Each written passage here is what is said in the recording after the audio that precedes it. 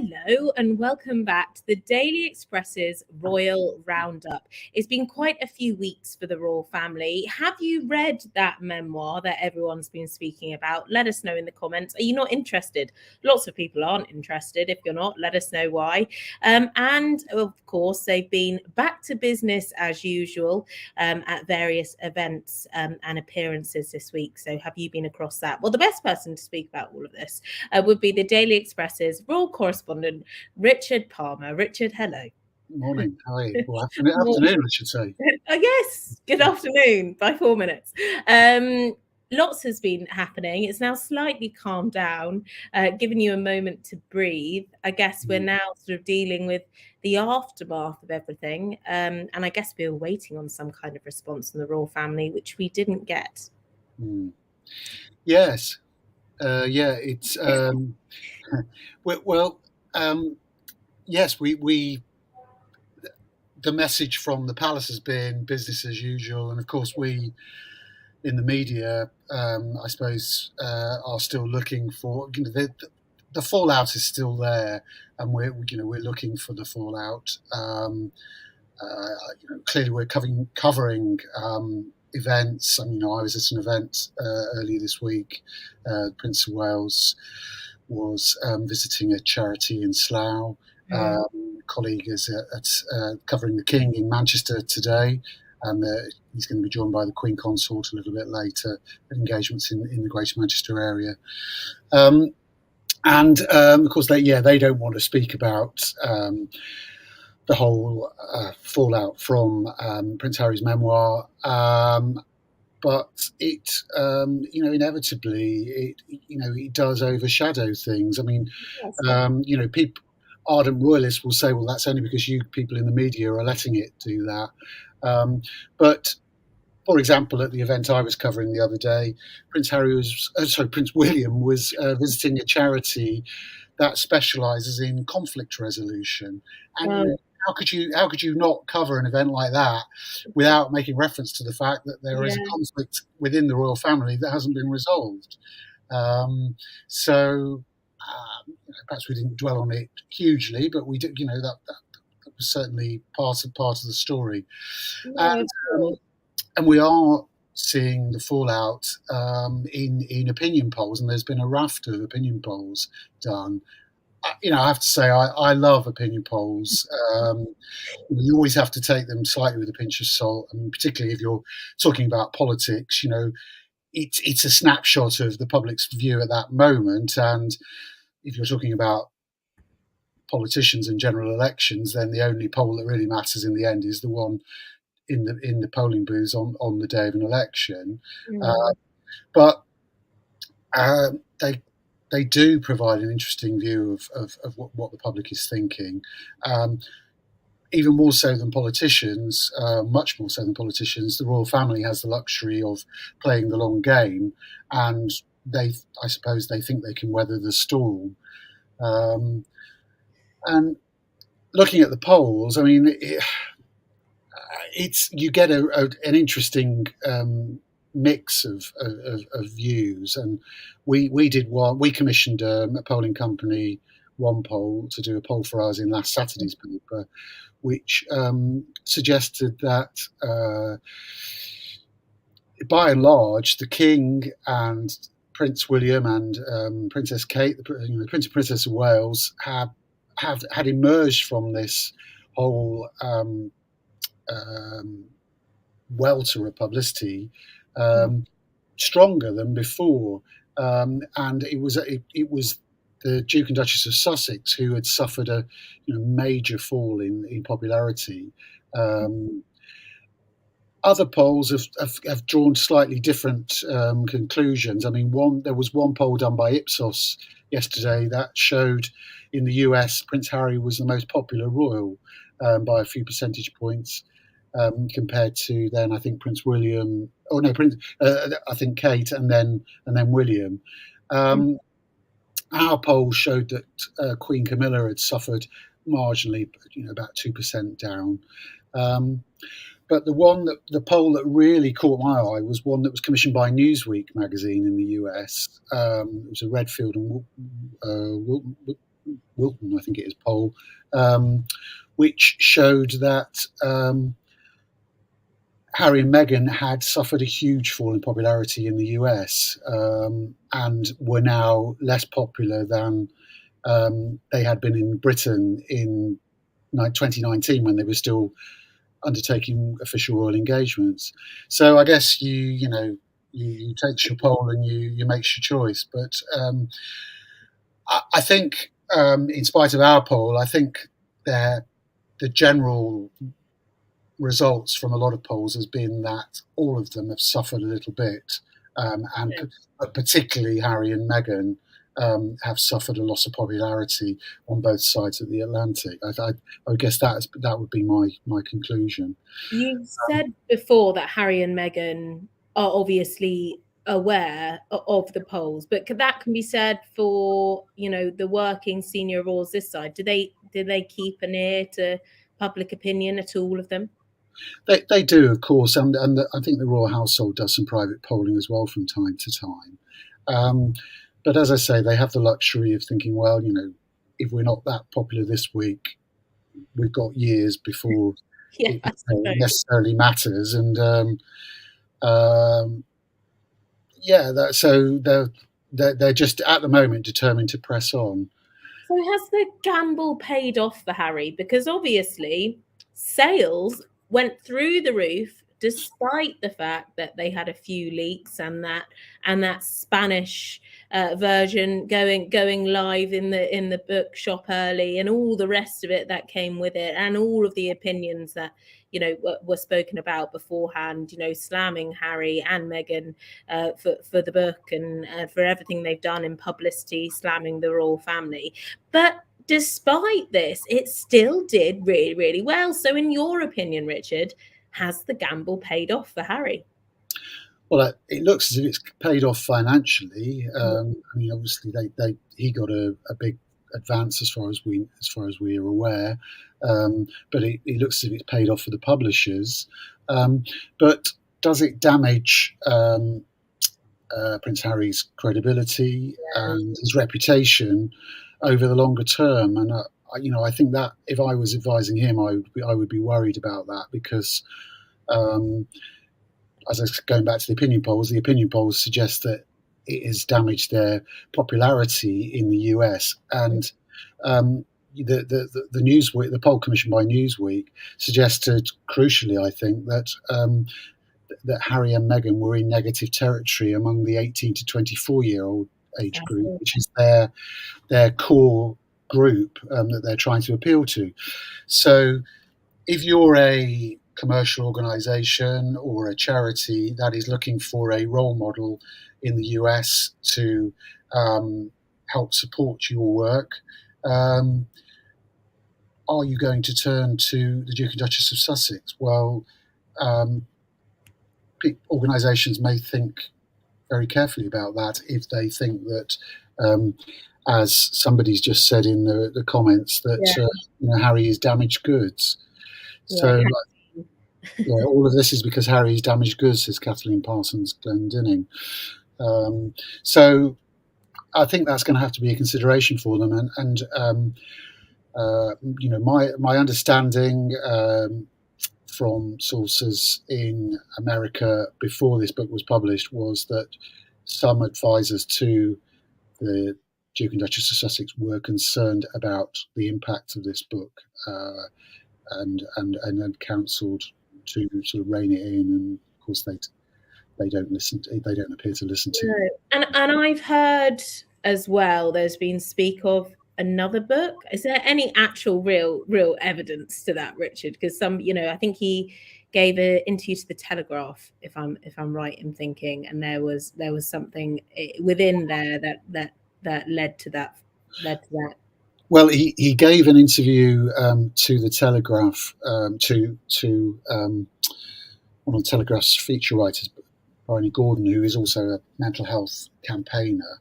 And I think that's why he gave her the interview, that they've worked together on a number of initiatives. And what he said was that there was twice as much material originally in the first manuscript of the book than actually appeared. So it's about, I think it's 407 pages, and so he was saying it was about 800 pages. And some people took that as a veiled threat, and he said that the material that didn't make the cut, a lot of it was personal material about William that he thought his family, and about his family, that he thought they wouldn't thank him for disclosing. Well, I think there's already a lot of material in that book that they aren't thanking him for disclosing. But some people did take that as a veiled threat that, if you don't resolve this with us, I'll reveal more details. I don't necessarily subscribe to that view, but it was interesting. For me, that interview, there was another line in that interview that I think resonated with me more, and it was the fact that he said, part of the reason he was doing this was to save William's children, or at least one or two of them, from the same fate as him, being the spares. And he also said that William had made it quite clear to him that that William and Kate's children weren't his responsibility. And I think anybody looking at that would think, how would I feel if my brother went public and said, I'm worried about my brother's children, brother and sister-in-law's children, and I'm here to protect them from the grisly fate that I've suffered. And I don't think that will have gone down well. And I think a lot of families would look at that and think, it's really not on saying that sort of thing. Yeah, I mean, we've had comments, obviously, in the comments section. We do welcome them saying, when the next big project hits, then we'll be speaking about something, saying something else, and the next one comes around, and it's still, the Harry and Meghan docu-series is still in the top 10. And I guess in our defense, Richard, as a journalist, we need to be able to talk about these things, and we need to talk about everything within the book. And you've made a very valid point there. If this was any other family, even if it was my family, your family, and another family member has said something in quite a public forum, then it does obviously need to be discussed. Yes. Anyway, okay. I think the person who was just on, I mean, it was accusing us of lying, but was clearly, yes, the book has sold very well. But I think one of the points I've been trying to make on social media, and other people have made, is that fantastic book sales, lots of newspaper coverage, lots of clicks online, doesn't necessarily translate to popularity. Lots of people want to read about Vladimir Putin at the moment, or they used to be very interested in reading about Saddam Hussein. It didn't mean they were great fans of those people. So clearly the Sussexes do divide people, and they have their supporters and they have their detractors.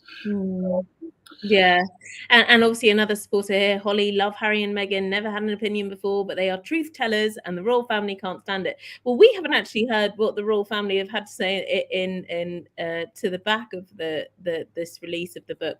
Richard, do you think we'll ever hear from them? I think, given the fact that he is quite literally, I hate to say it, the phrase, throwing the book at it, but he has. And they've still not said anything. So the likelihood of it's very slim, I imagine. I think so, yes. And so then, yes. I mean, the next thing to say is, well, where do they go from here? And there is a real divide, in media coverage. Indeed, in our own paper, you go from one day sort of saying he's gone too far now. This is, there's no way back from this, and then, the king is keen to reconcile. I think you can match those two things. Because you can say that I think the king, he loves both his sons. that people close to him are very keen to say that, and I think he would like his family to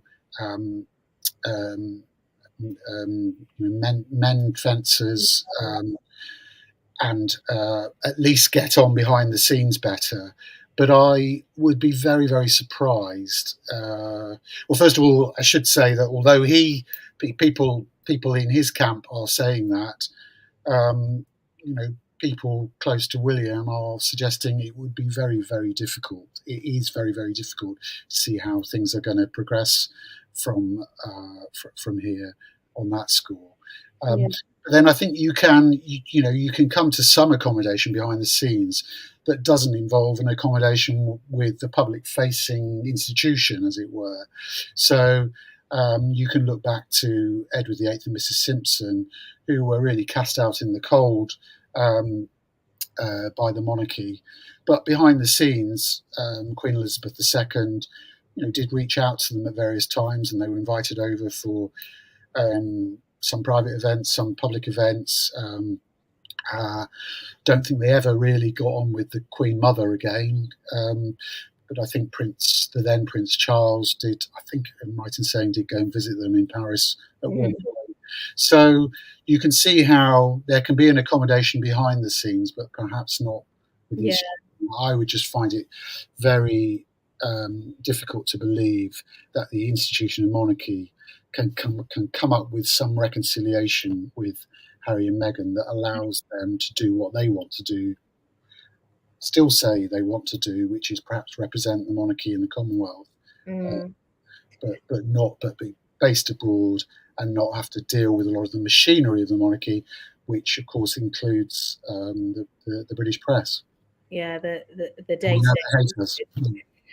Chev said that they both need therapy. So I'm going to ask you one thing, Richard.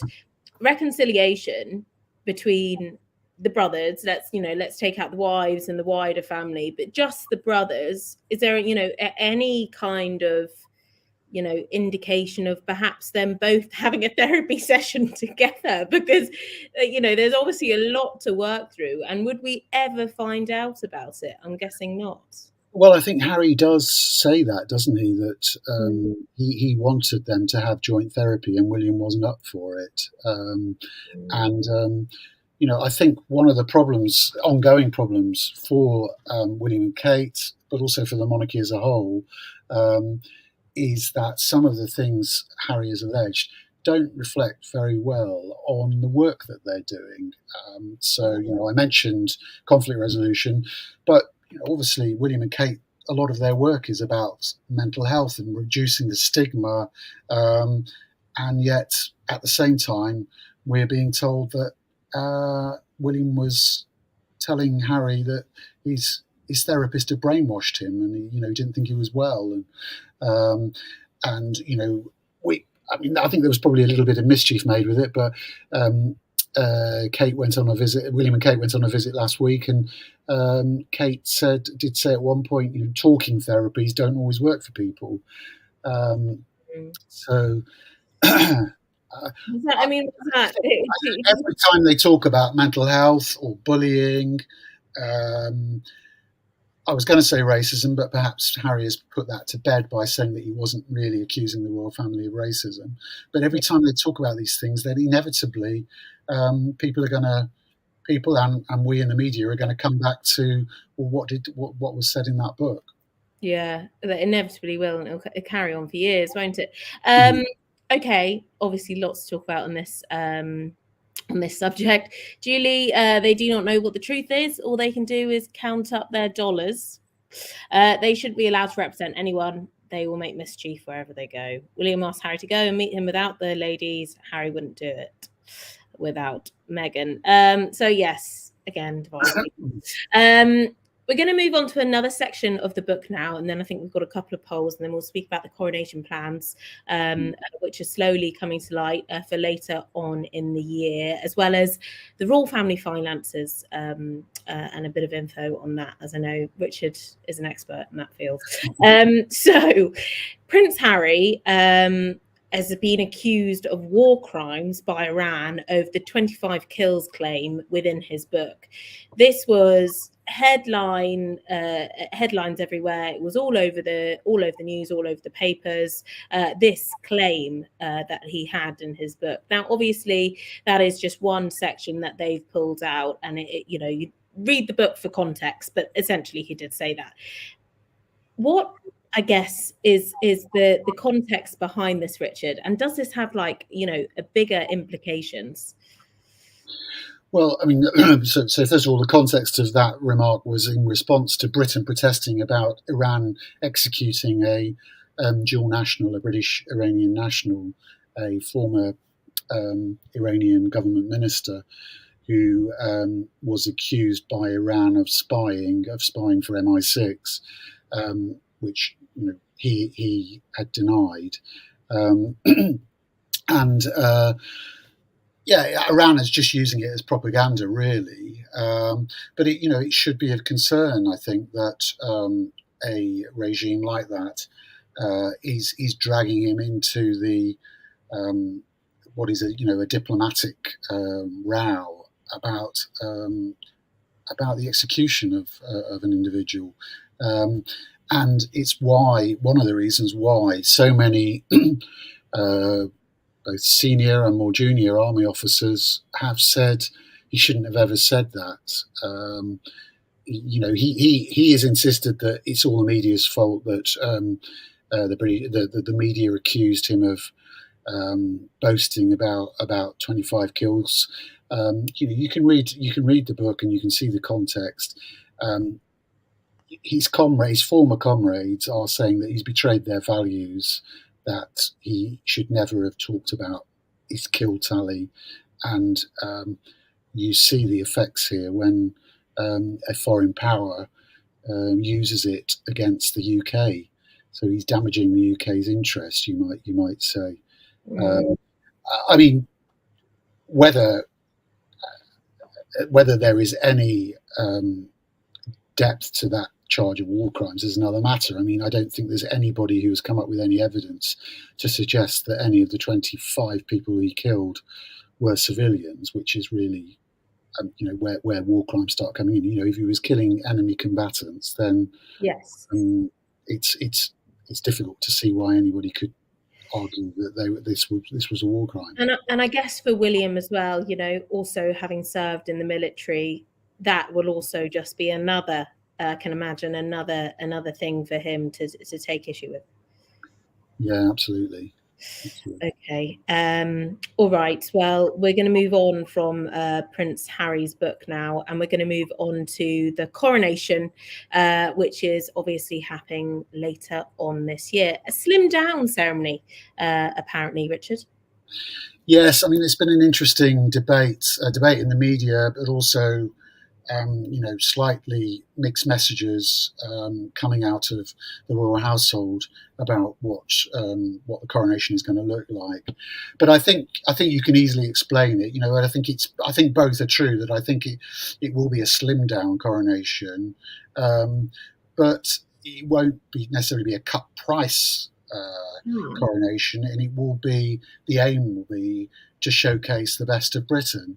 And I think we've seen similar arguments made about royal weddings, and indeed, the Queen's state funeral, for example, and the Queen Mother's funeral, Princess Diana's funeral, where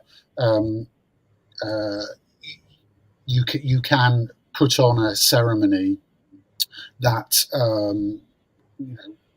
wins admiration around the world. Without it costing an absolute fortune. So to put that in context, the Queen's coronation in 1953 cost £1.7 million. And if you key in that figure into inflation calculators, you get different figures depending on the calculation. I've seen some put it at sort of nearer 35 million. And some I was looking at yesterday put it at £56 million. It's an awful lot of money, and I don't think the 2022 coronation is going to cost the British taxpayer, anything like that. My guess is that it will be more like a royal wedding or the Queen's funeral. And I don't think we've seen figures for the Queen's funeral yet, but no, we haven't.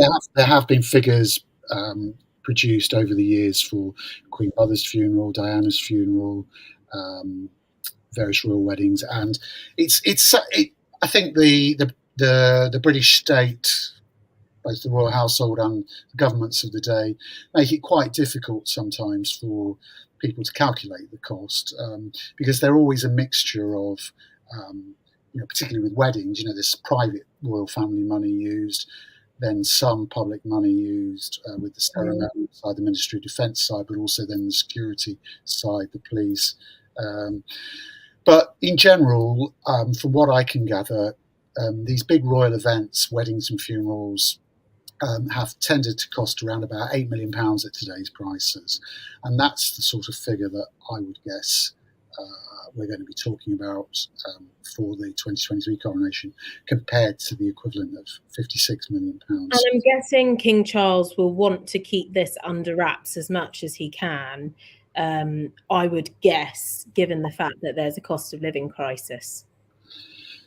Yeah, I think the government will probably have to produce figures at some point, because I think there'll be Freedom of Information Act requests, and MPs will probably ask in Parliament about it. Yeah. But it'll be, what I was told yesterday by a government source was that this would be a figure that would be produced only after the event. I was trying to find out if there is a budget, and I'm never quite sure whether budgets are set for these things. Yeah, it's funny you say that. You do a budget for a birthday party or a budget for something else, but I guess you still would have to have a budget for a coronation. Well, you would imagine, wouldn't you? But they don't want to disclose it. And I think it would perhaps it would be helpful if even if some MPs asked about this, because I think the public has a right to know. And if there isn't a budget, in a way, then there should be some scrutiny of that, I would have thought, because you can't just sort of say, well, we'll just organise something and we'll see how much it costs afterwards, and money is no object. And how much of the public money is going into this coronation? Is it all publicly funded? Well, yeah, I think it probably will have to be, because it's not a family event, is it? It's not like a royal wedding where there's a public and state side of things, and then there's a private side of things. So I think more will become clearer as we get nearer to the May the 6th date. But my guess is that almost all of this will be public expenditure, and then that sort of brings us on to royal finances. It does indeed. That's a good link, Richard. I do wonder whether the royal household will seek some sort of special payment from the government, from the taxpayer, to underwrite the costs of the coronation.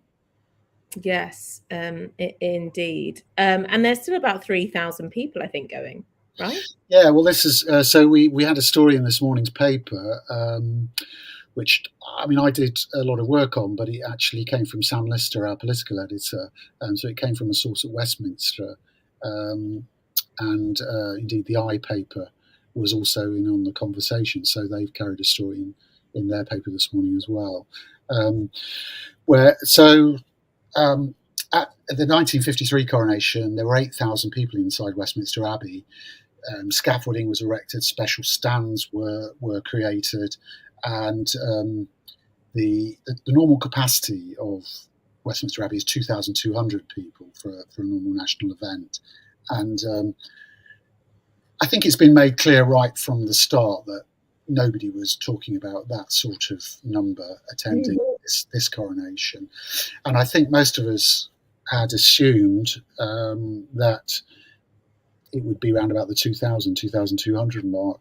But interestingly, the authorities in the Commons have been told to expect around 3,000 guests. But they're already worrying because there are 650 MPs, 800 peers, I believe, and they're not all going to be allowed in. Of course. And I think they're already worrying how they're going to keep everybody happy, because there was a story which emerged after the Queen's state funeral in September. The story actually emerged in early November, I think, or it might have been later November actually.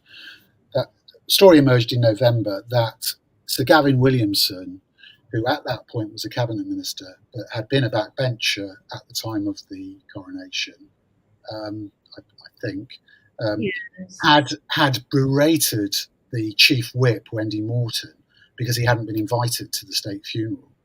And he berated her in no uncertain terms, swearing at her in text messages. And he was ultimately forced to resign because of that, although he denied any wrongdoing. He was forced to resign, and so I think they're already bracing themselves for similar rows chaos outside the cabinet. For chaos. It's not like the government to be in chaos, Richard. That doesn't sound like them. Okay, all right then. So we'll hear more about King Charles's finances as we get closer to the coronation.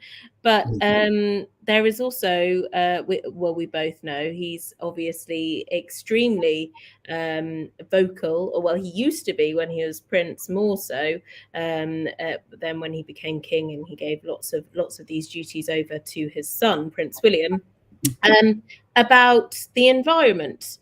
And because of this, a £250 million sum has been thrown around. Talk to me about this, then, Richard. Yeah, well, I thought this was a great story. A really positive story for the UK on the energy front, and a really clever bit of PR from the palace, I thought. Yeah, because when I did a bit more digging, I kind of was like, oh, okay. Yeah. So where to start? The first thing is with the energy announcement. So the Crown Estate, which is essentially it's an independent property business that is owned in name only, really, by the reigning monarch, and that has the rights to the seabed around the UK shore up to 12 miles out. It's also, it manages property, a lot of London's West End, Regent Street, etc. Lots of Mayfair is owned by the Crown Estate. So it makes a lot of money, and all of that, it generates all of that money for the government, for the Treasury, since 2012, there is now a link between the profits that the Crown Estate makes and the amount of money that the monarch receives from the taxpayer in what's known as the sovereign grant, the annual amount of money that the king receives. The king doesn't receive any money from the Crown Estate. I mean, I think there's been quite a lot of misreporting on that this week and down the years. It's an important distinction to make. He receives a sum of taxpayers' money that is equal to a proportion of the profits of the Crown Estate. Right. It's a benchmark. It's used Crown Estate profits are used as a benchmark rather than, say, the rate of inflation. And that amount of money is taxed? No, it's not taxed. No, it's not taxed. For the last couple of years, the king has received £86.3 million in sovereign grants. The figures have been flat because the Crown Estate wasn't doing very well in the COVID-19 pandemic, and its profits had actually fallen. But although the mechanism allows for a proportion of the profits, for the sum to be equal to a sum of the proportion of the profits. If the profits fall, the king's income doesn't fall. That was an important thing that was written in at the very last minute when this deal was done. It was a piece of 2011 legislation, but came to force in 2012. Yeah. So that's that explaining the background. The Crown Estate has been working with energy companies to increase offshore wind farms, the number of offshore wind farms off the UK coast. And Britain is a world leader. It's the second biggest provider of offshore wind. And there's been a round of negotiations that's been going on for the last few years, and the Treasury has been waiting effectively for this to become clear. And now an agreement has been secured with different energy companies to develop 6 different wind farm projects off the UK coast, 3 off the North Sea and 3 off the west coast of England and Wales. That will boost the coffers of the Crown Estate by around about £1 billion a year for the next 3 to 10 years. It's not clear how long that money will be coming in, because it depends how quickly they develop those wind farms. Yeah. Once the wind farms have been developed, that £1 billion a year figure will probably diminish.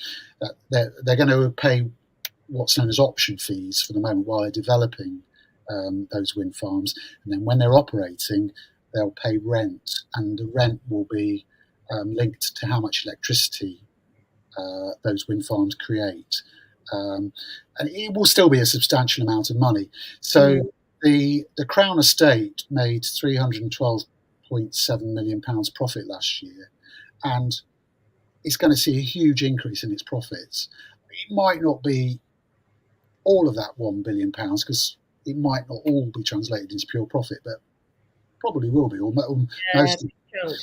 And under the current formula, the king gets a sum of money equivalent to 25% of those Crown Estate profits. 15% just to pay for the running costs of the monarchy, and then an additional 10% between 2017-18 financial year and 2027-28 financial year to pay for a £369 million refurbishment of Buckingham Palace. And now we get to the nub of the story. Yeah. Earlier this week, the palace said the king wants the government to know, and has asked the Keeper of the Privy Purse to write to the Prime Minister and the Chancellor of the Exchequer to say he doesn't want to see any of the benefits of that increased money coming into the Crown Estate. Now, it's not his money. As I say, the Crown Estate is nominally owned by the monarch, but it's like the courts or the Royal Navy ships are, they're His Majesty's, but he's not responsible for them. He doesn't pay for the upkeep of our Navy or our courts or our Revenue and Customs Service. They were all, And I guess that's kind of a balancing act with the coronation and the renovation and everything like that. It's the fact that he can now say, well, listen, with the good, let's weigh this up slightly.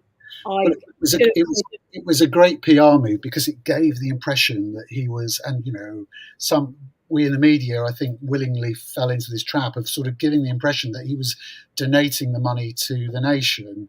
And it's not really his money to give. I did explain that to our executives. But it is, it is important, because it makes it easier for the government to just say, I don't think the government was going to give him the money anyway, but just for the government to say, we'll take that into account and we'll adjust the percentage of money in the funding formula down. So it's important to say as well that there was already a review due every 5 years. The funding formula is reviewed. That should have happened last year, but it was postponed because they were waiting to see whether this deal would go through for the wind farms. Mm-hmm. And one of the problems with the wind farms is there were environmental objections to them. They're going to kill quite a lot of seabirds, thousands of seabirds. They're just going to fly into the wind turbines. The Crown Estate has agreed to offset that by creating towers that can be habitat for the seabirds away from where the turbines are going to be.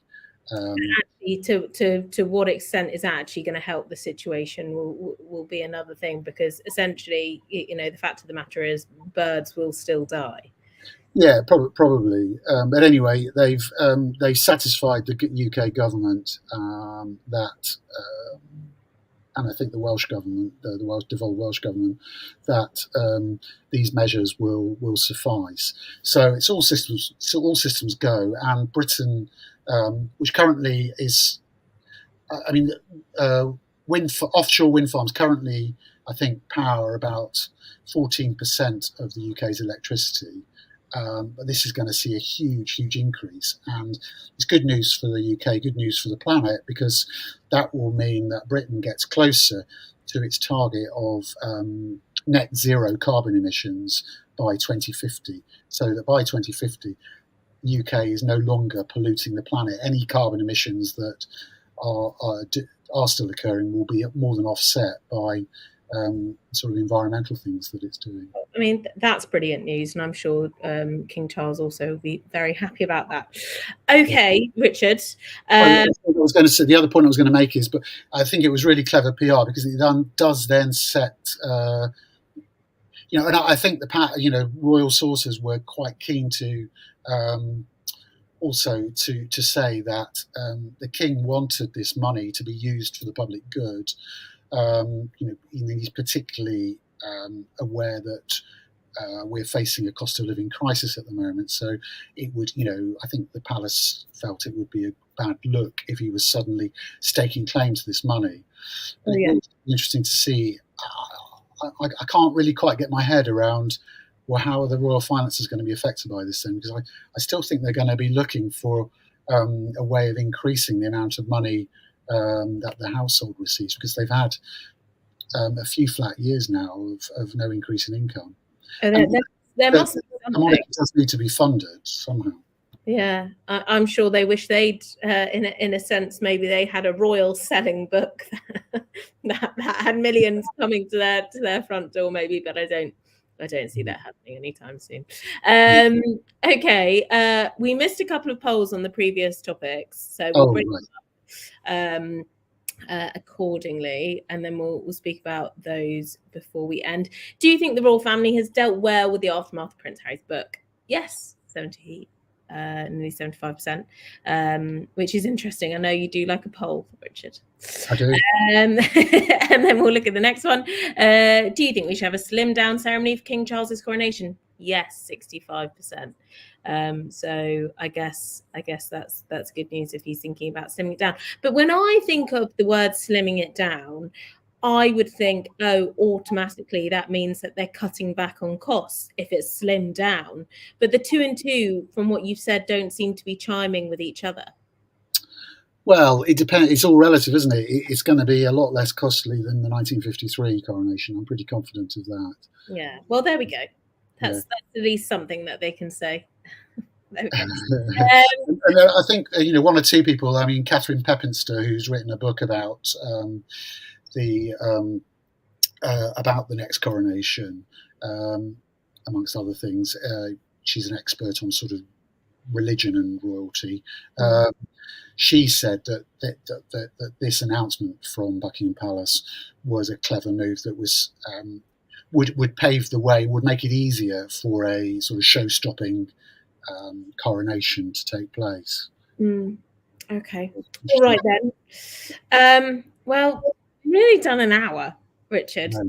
So we've got to go, but we will be back obviously next week with more royal news on Daily Express's Royal Roundup. Once again, big thank you to Richard for coming on, and obviously we'll be seeing more of the royal family getting back to duties, so maybe there'll be something in the news next week. You never quite know, do you, Richard? Never quite know until it happens.